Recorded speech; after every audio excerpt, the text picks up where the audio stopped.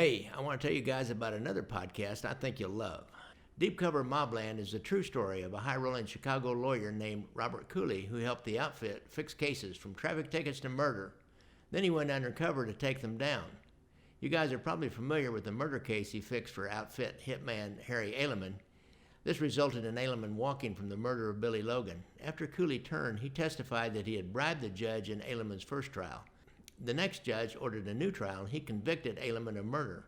Like the feds, Pulitzer Prize-winning journalist Jake Halpern got Cooley to talk, and they take listeners on a wild journey into a world of corruption, murder, and mayhem in Chicago. You can listen to Deep Cover Mobland wherever you get your podcast. And on a personal note, I love this podcast, man. I had already listened to their first season about an FBI agent who started working a Midwest motorcycle gang drug case, and he ended up following the string that took down Manuel Noriega.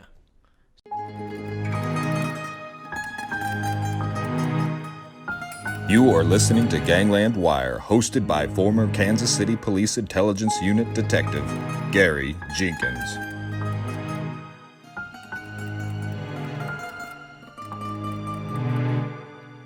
Welcome, all you wiretappers out there. I'm back here in the studio of Gangland Wire. As you guys can tell by the background, it's good to be back here with you guys. I'm recording this just before Thanksgiving. Now, this won't come out till, maybe even after the first of the year, but we're getting ready to do our film festival, our Mafia Film Festival here in Kansas City. I've been really busy with this, but I've been trying to get hold of this next guest for a while because it has a really interesting book about what we would really say the roots of the modern mafia in New York City. And I finally got in touch with him and got him on the line here. It's Thomas F. Comiskey. He wrote a book called The East Village Mafia. Let me put up all right, there you go. East Village Mafia by Thomas F. Comiskey. Tom, thanks a lot for being on the show. Is it okay if I call you Tom or should I call you Thomas?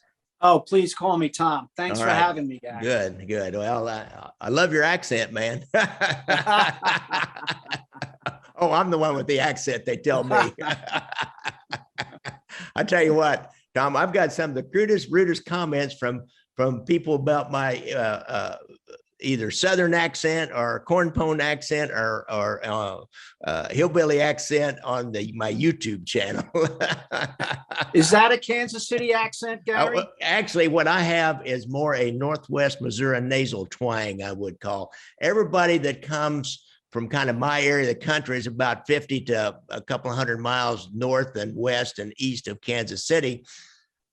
Talks about like I do. Now, people in the city, guys that I know worked with on the job that grew up in Kansas City, they don't have quite the same nasal twang that I do. They have kind of a twang, and it's a little southern, more southern, of course, but not to the extent that I do. But I just embrace it, man. It's great. So, Thomas F. Comiskey, you were a police officer, investigator, just like I was for a long time with the New York Department of Investigations. You were the chief of that division. Tell me a little bit about what you did there.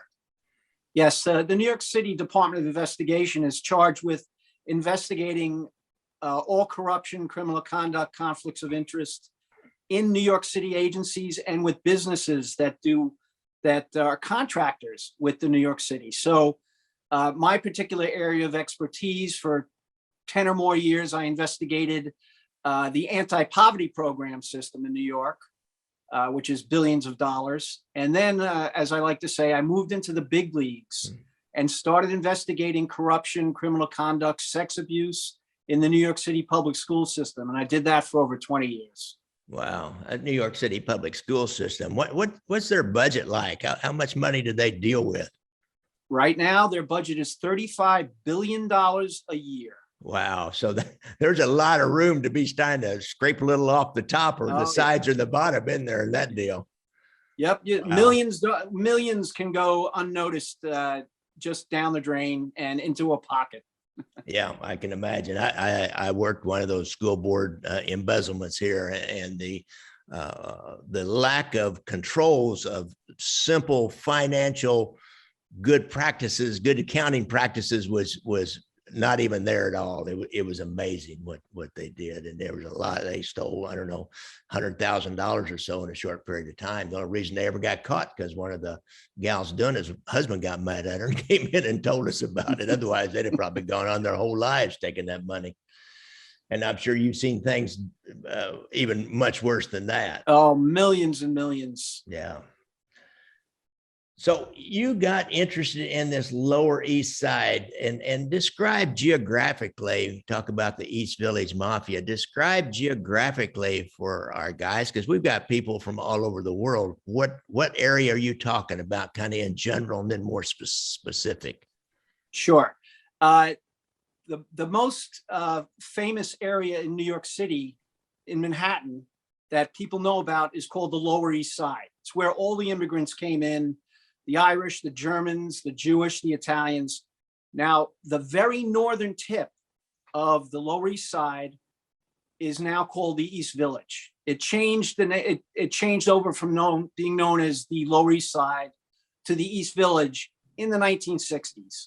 And the very area that I'm talking about is a very small portion of the East Village. It's from on the west, it's 2nd Avenue, and it extends only 2 blocks to Avenue A east, and then from East 14th Street down to East 10th Street, which is 4 or 5 blocks. So you're only talking about 20 or so, even less, square blocks. And the East Village is well over 100 square blocks. Wow. So it's probably the smallest Italian enclave in New York City. And I'm talking about when all the immigrants came in, 1 million Italians came pouring into New York City. This was the smallest. And yet the Mafia had a huge presence there for 70 years. Now, I grew up on 14th Street and Avenue A, just at the northern tip. I lived there from 1953 to 1990. I went to school there, Catholic school, and that's probably where my first interest came, because I had a classmate whose name I'm not going to say. However, his father was an associate of the Genovese crime family. He lived on East 13th Street and Avenue A, a block away from me. And we heard stories through him about the things his father did. And just to give you an example, his father was a strong arm man. And he told us once a guy didn't pay a debt, he hung him by his ankles off a rooftop. Oh. Another instance, there was a famous pool hall on East 14th Street that the Italians owned. And then as the neighborhood started to change, a lot of Puerto Ricans started moving in the 60s and 70s. So there was sort of they moved into the pool hall. The Italians were there. There were fights. There was a stabbing once where an Italian kid was stabbed to death. So my friend's father and his mob gangster friends, they rented a box truck, and they opened the back of the box truck and they drove up and down and shot at any Puerto Rican they saw. Oh boy. So this is just an associate I'm talking about here.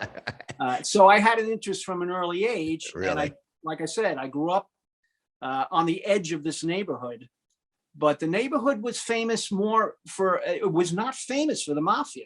When you talk about the Mafia in New York City, people talk about in East Harlem, they talk about Greenwich Village, Red Hook, talk about in Brooklyn, Ozone Park and Bensonhurst Ozone and all Park, that. Yeah. Bensonhurst, Bay Ridge. In the Bronx, there's a famous neighborhood on Belmont, Arthur Avenue. So no one really knew about this neighborhood. And that's what this book is about, this neighborhood and the incredible names of and activities that went on there that really no one knows. When you say East Village, I always think of, we talked a little bit before about the beat poets and music. Was that where Max's Kansas City and CBGB's, those joints like that? CBGB's, yes. Max's Kansas City was a little bit north of there. CBGB's was on 3rd Avenue in the East Village. But that that punk rock, that change in music, and then before that, the beat poets, Kerouac and Ginsberg. You always the East Village. You can't think about that, but right in amongst all that, was this upper echelon of the New York City mafia families. That's right, and it started out just like the mob did throughout America with Prohibition. Yeah. And there were just like, I guess, in the rest, I'm sure in Kansas City, I know in Chicago, there were wars going on for control of the money that Prohibition was literally pouring into the mafia. And the name that probably everybody knows who came from that neighborhood, who was one of the preeminent gangsters in the history of the mafia, was Lucky Luciano, Charles Lucky Luciano. Better known as Salvatore Lucania when he first came from Sicily. And he lived in that neighborhood for 20 years. He lived on East 10th Street. And he actually started a street gang. That he was a street punk. And they would mug Italian immigrants on East 14th Street. They were involved in selling heroin. They were involved in car theft, all the things punks do. What happened to him is he hooked up with a guy named Joseph Masseria. And Masseria, at the time, this is Prohibition, early 1920s, he was involved in a gang war, in a mafia war, with a guy named Salvatore D'Aquila. D'Aquila, his gang was the roots of what later became the Gambino crime family. And they were in a war for control of the Prohibition racket. And Masseria controlled what they called the Curb Exchange, which is down in Mulberry Street, which was a very famous mafia neighborhood in the south part of the Lower East Side. And the reason he controlled it is he took on these young up-and-coming gangsters. One of them, Charles Luciano, the other, Vito Genovese.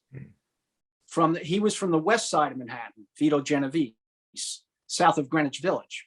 So he has this war going on, shootings all over the place in the East Village with Salvatore D'Aquila. Come 1928, D'Aquila comes to the East Village, Avenue A and East 13th Street, a block away from where I grew up, many years before I grew up, but he comes in there and drops his kids and wife off for a doctor's appointment. This is the heart of Charles Luciano's territory. So obviously word got out that D'Aquila was there. D'Aquila is out there with his car. A group of men approach him. They shoot him to death. And Joseph Masseria becomes now Joe the Boss Masseria. Joe the Boss is now in control of the mafia in New York City. And his first lieutenant, is Charles Lucky Luciano. Now, what happens from there? I think you probably know from there. Just his luck to have a really ambitious young guy right under him. Yes. Well, it was lucky for 3 years. And then in 1931, there's a war between Joe the Boss Masseria and Salvatore Maranzano. Maranzano was more known from Brooklyn. His first deputy was a guy, I'm sure you know, Joseph Bonanno. So this shooting war is going on again for several years. And what Luciano does is he sells out to Maranzano in 1931.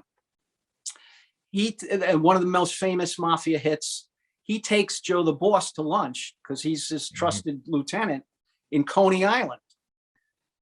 Takes him out to lunch. Next thing you know, 3 gangsters come roaring in, shoot Joe the Boss to death. And now Salvatore Maranzano becomes the boss. So 5 months later, we're still in 1931. Maranzano doesn't trust Luciano. I don't blame him. Probably with good reason, right? But one of all the young mafia loved Luciano. He obviously was charismatic and he was very smart. So he had guys like Tommy Lucchese on his side, Vito Genovese, all the young mobsters. Plus, what Luciano was smart to do was he worked with the Jewish gangsters. The old mafia bosses would not do that. So you had guys like Meyer Lansky, Bugsy Siegel. They were all friends, and they did rackets with Luciano. So you had this boss, Maranzano. He's the one who started the 5 families. He actually started the 5 families, and he was the boss of what eventually became Luciano's family. But he did not trust Luciano. So he hired an Irish gangster to kill Luciano. But Luciano got word because one of Maranzano's underlings was a later boss named Tommy Lucchese. And Tommy Lucchese tipped off Lucky Luciano. Lucky Luciano hired 5 Jewish gangsters who were friends of his, through Meyer Lansky. And Louis Buchalter was another famous Jewish gangster who was very close with Luciano. So they went to Maranzano's office, which was in an office building just north of Grand Central.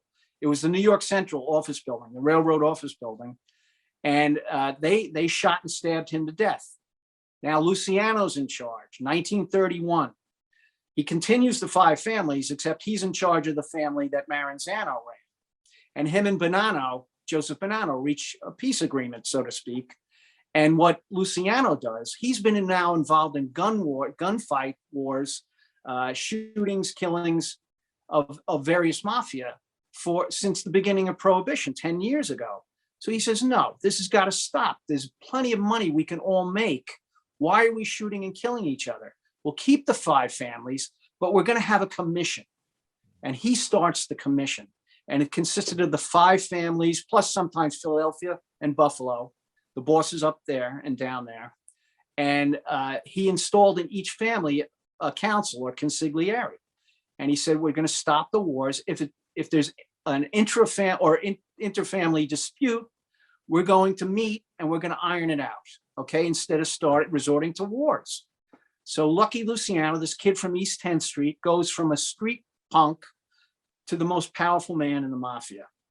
And one of his associates who was with him in his street gang was a guy named Joseph Bonanno, who I'll talk about later, who with Lucky Luciano were the impetus for Narcotics, which was a massive operation within the mafia. There's always been the rumor, the mafia doesn't do narcotics.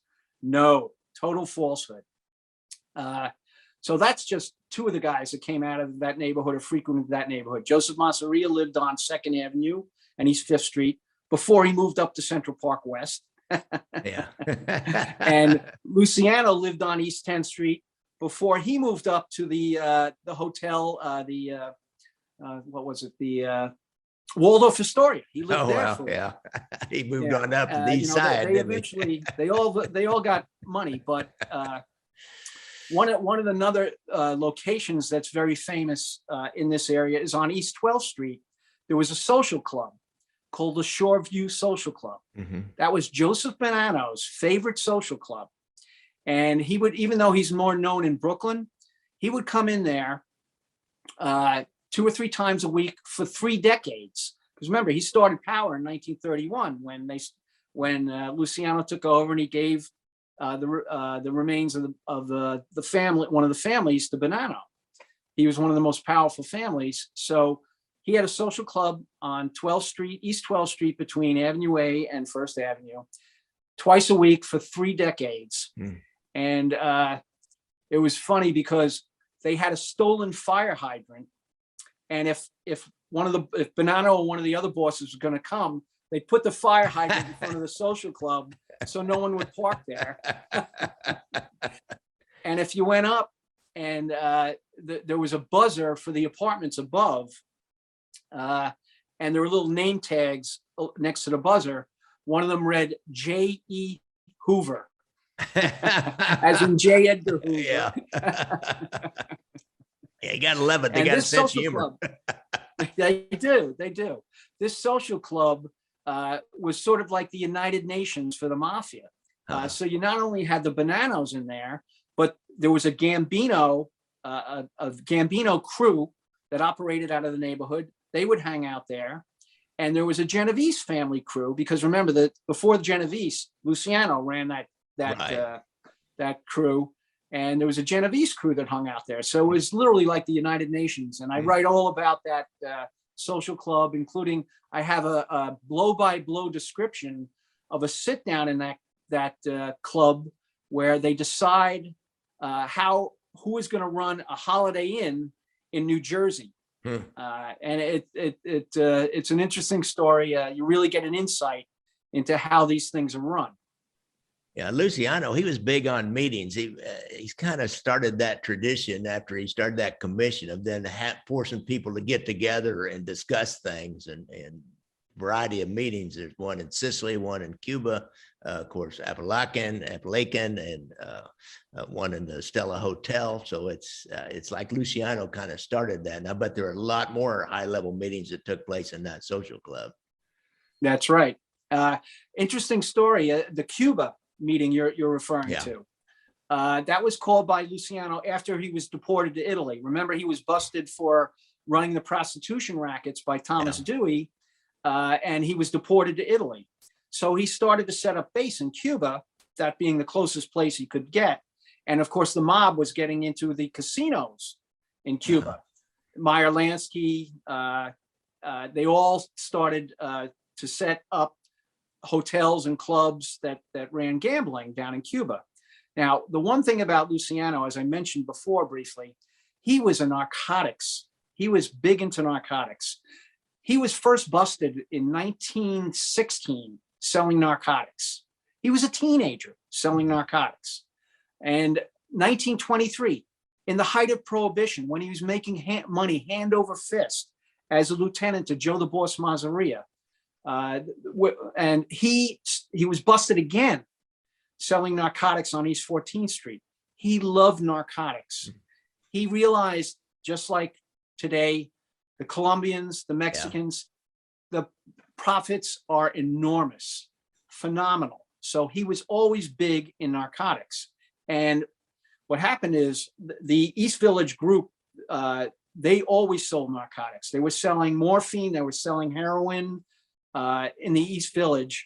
And there was a Gambino family crew that was headed by a guy named Joseph Bonanno. I mentioned briefly, he was in the young gang. He was in the gang when he was a kid with Lucky Luciano. So in 1946, that Cuba meeting you were talking about, the Chicago mob was there, Jewish mobsters were there. One of the topics was narcotics. What are we going to do about it? And Luciano wanted to have narcotics. Some of the mob didn't. The guys who were involved in financial crimes, gambling, they saw it as too risky. But Luciano prevailed, and he set up a whole system of narcotics coming in from Sicily, from Turkey, through Canada, through North Africa. And he said, the place where we're going to go are the three ports that we control: New York, New Orleans, and Tampa. And in New York, he said, the distribution of the heroin is going to be controlled through someone that I grew up with, Joseph Bonanno, and his crew. At the time, it was the Mangano crime family. That was the predecessor to the Gambino crime family. And he was a capo in that Mangano crime family, which later turned into the Anastasia crime family, and then eventually the Gambino crime family. He ran the distribution of French Connection heroin and Italian heroin. A lot of Italian heroin came into New York and America because it was being produced by the Italian government legally for pharmaceuticals. Oh, really? Oh, yeah. There's a whole chapter I have about that. Hundreds and hundreds of pounds were stolen from these pharmacies, pharmaceutical heroin producers in Italy. And they were, Luciano arranged for them to be sent into New York. And Bonanno had a crew that all they did in the East Village was import and distribute this huge amounts of heroin, French Connection heroin and Italian pharmaceutical heroin. And so one of the top spots in America for distribution and import and distribution of heroin was the East Village. And there were two famous, there was a Di Roberti's Bakery on First Avenue between 10th and 11th Street. And literally on the same block, there was a restaurant that these gangsters would meet. They would cut up the heroin and work out the distribution. And for years, the Gambinos, the Genovese family, they all would come down to these social clubs, bakeries, and restaurants and arrange the importation and distribution of this heroin. Wow, that's quite a place. Bring us a little further, more into the future here before we get done, Tom. I mean, how did that develop? Is that, is it still something going on down there, or on up into the Gotti era? When Gotti came over from Brooklyn, when he took over the Gambino family, but he was on Mott Street, I believe, or Mulberry, I can't remember, but he was not in that particular area. So how did that develop more up into the 60s and 70s? What happened is Gotti was also a narcotics dealer. His crew, which was out in Queens, his crew was primarily into narcotics. Now, this is the time when Paul Castellano finally said, we're going to get rid of this narcotics, because guys are getting 30-year sentences. Yeah. And they're cooperating with law enforcement instead of doing the time. So he did. Paul Castellano, who succeeded Carlo Gambino. Paul Castellano, known as more of a white collar criminal. He had financial crimes, and he ran meat distributorships, and he was not into the dirty stuff that the mafia does. And narcotics was a big part of John Gotti's crew. Ozone Park, you mentioned before, that's where his crew was based, which is out in Queens. So Gotti had a problem because they had his brother was indicted for multi-million-dollar heroin dealing. Right. And so he had a problem there. And he also knew that another team member was on tape. Another one of his crew was on tape. That was that Ruggiero that they had him on tape, and Castellano wanted those tapes, if I remember right. You're absolutely right. And so Gotti knew he had a problem. Yeah, he was going to he could have been killed. At the minimum, his crew would have been taken away from him. Yeah. So he said, I'm gonna take over from Paul. I'm gonna kill Paul Castellano. Now, the way he got it done. Remember, he was just one capo of probably a dozen in the Gambino crime family. Yeah. At the time, the oldest and most respected capo was the capo of the Gambino family East Village Mafia crew. His name was Joe Piney Armone. The nickname Piney comes from when he was a young guy. He used to extort Christmas tree vendors in Manhattan. another mob sick sense of humor, isn't it? Right. So Joe Piney succeeded Joseph Bonanno in that crew. Okay. And he was a major heroin dealer. So he and John Gotti had similar interests. They got most of their money from dealing heroin. So Gotti needed an old timer to get the other old timers in the Gambino family to come on board with him, because the commission did not sanction the hit of Paul Castellano. So he went to Joe Piney Armone and he asked him, can you talk to the other Gambino capos? And he did, and they agreed. And that's how Joe and John Gotti was able to kill Paul Castellano. Famous hit in steaks inside a steakhouse, Sparks Steakhouse in Midtown Manhattan just before Christmas. Yeah. Probably the most famous mob hit of modern times since Joe the Boss and those early hits. But as an individual action, that was probably, in modern times, that is the most famous hit, because it's more recent, of course, but it was huge. All right. Well, this has been great, Tom. And any other, tell me one more story that you think there's an example of stories that people are going to find in your book. Yes. Well, after the Gotti hit of Castellano, probably one of the major hits that people remember, if you're into the mafia, was Albert Anastasia. Yeah. At the Park Sheraton Hotel in the middle of the day. Well, it was the morning, but it was a weekday. This is near Central Park. This is a luxury hotel. He's sitting in a barber chair getting a shave, and he gets killed. And the people who did it were the crew of Joseph Bonanno, the drug dealing crew. That's who did it. Originally, people believed that Crazy Joe Gallo did it. And the reason they believed that Crazy Joe Gallo did it, because he said he did it. He went around telling people he was the barbershop quintet. Yeah. Right. But the truth of the story is that Vito Genovese wanted Anastasia out of the way, because Vito wanted to take over the mafia. That eventually led to that famous Appalachian meeting that Vito called. But what happened is Anastasia hated him. And Anastasia ran what became the Gambino family. He had about 300 soldiers. So he had to get rid of them. So he approaches Carlo Gambino. Vito Genovese approaches Carlo Gambino and says, look, you're the underboss. You're going to be the boss if you help me take out Anastasia. So Gambino, when he was a capo, used to have a restaurant in the East Village. And he used to import and sell heroin from Sicily with Lucky Luciano. He knew these guys. Yeah. So he approaches the capo. He's the underboss. He approaches the capo, Joseph Bonanno, says, I want you to do the hit for me. So he's the one who sent the hit team that killed Anastasia. And I have a whole chapter about that in my book.